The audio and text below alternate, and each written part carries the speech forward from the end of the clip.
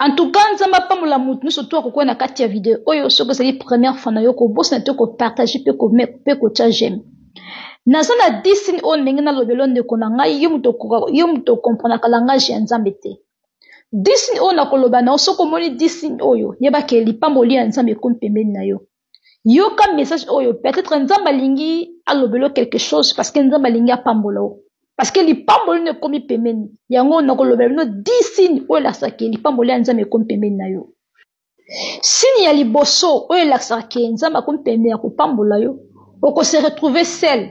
Makamingi wano sala makamingi zo sala zo mona kezo simba to komola ba porte musole eza ya kokangama ndeko na soko moni ba porte mingi ya vie na eza ya kokangama yeba ke lipamboli ya nzambe eza pembeni na yo. Souvent comment lingo sali kambo comme une équation oyebi ndenga kosa eloko te ba porte ni surtout ya bénédiction ali ya kokangama muta ko ede azate muta ko sunga azate bien mais soko moni sinu wana liboso na vie na yo comme une équation. Donc, oyebi loka kosala na problème moko boye oyebi ndenga ko se sortir te yeba ke ezali signe liboso o nzama zali kotalisa ke alingi apambola yo. Signe ya mibale bien aimé en tout cas okokoma na ba adversaire mingi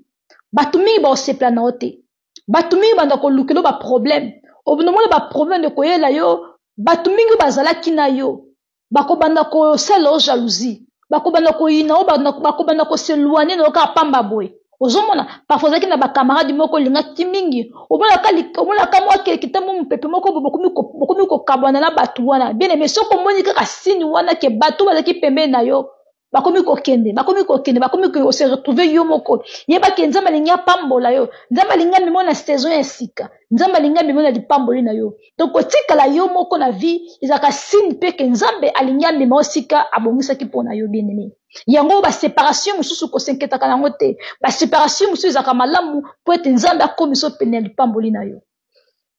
yami sa tout bien aimé augmentation ya vie de prière ozamutu oyo bondelaka mingi te mais tango lipamboli ndenge koma ondoko ga posa ko bonne banda ko mata yo posa ko bongisa relation na nzambe ozomona ndenge ondoko ka posa moko ya ko linga nzambe mingi posa ko banda ko bondela ko banda ko louer nzambe parfois esengo moko ne loka pamba bo mo zo yembo zo seka joie moko boye donc c'est déjà signe que nzambe linga pamba surtout mo ko lamu ko zo na esengo zo bina ozo na lokote mais olamuki na esengo na kata motema no olamuki na kimbe na motema no bien aimé ezaka pe signe oyo l'accent que non lipamboli no ko mpembeli nzambe linga pambola bien aimé et mais cinquième signe oyo etalisaka ke lipamboli no ko mpembeli na yo okomona augmentation ya ba problème non résolu okomona ba problème komi koyela mingi ba problème obisu ndenga ko sala te bien aimé soko moni ba problème zo mata ba période no ba problème komi koyela mingi ozo ba ndenga ni ko sala solution te bien aimé yeba ki ezaka signe mo ke porte mo le pamboli nge funga pembeni na yo yango zo mona seta ko motino ba problème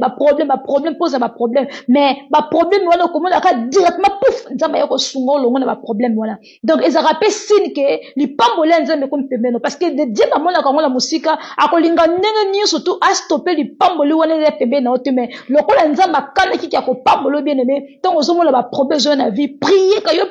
prier cela concentrer okomwa ndenge okokamwa lipambolo nzambe ko surprendre yo bien aimé wana ezali ba signe oyo laksaka ke nzamba lingi ya pambola yo soki nzamba lingi ya pambolo bien aimé makambe makisamaka ba problème bakisamaka makambe belé bakisamaka ya mingi oyo kotuka motema mais yo simba nzambe na yo kote ba prière zaka toujours na pesa nzamba tinda kyo nzamba tika kyo Yesu Masia okomwa ndenge nzambe no ya kopambola bani bien aimé dans le Seigneur tikete nzamba la pambola mutu surtout ko partager vidéo yo tikete Yesu Masia za na yo pambola kombo Yesu Masia ko bossa nte ko partager pe ko s'abonner merci.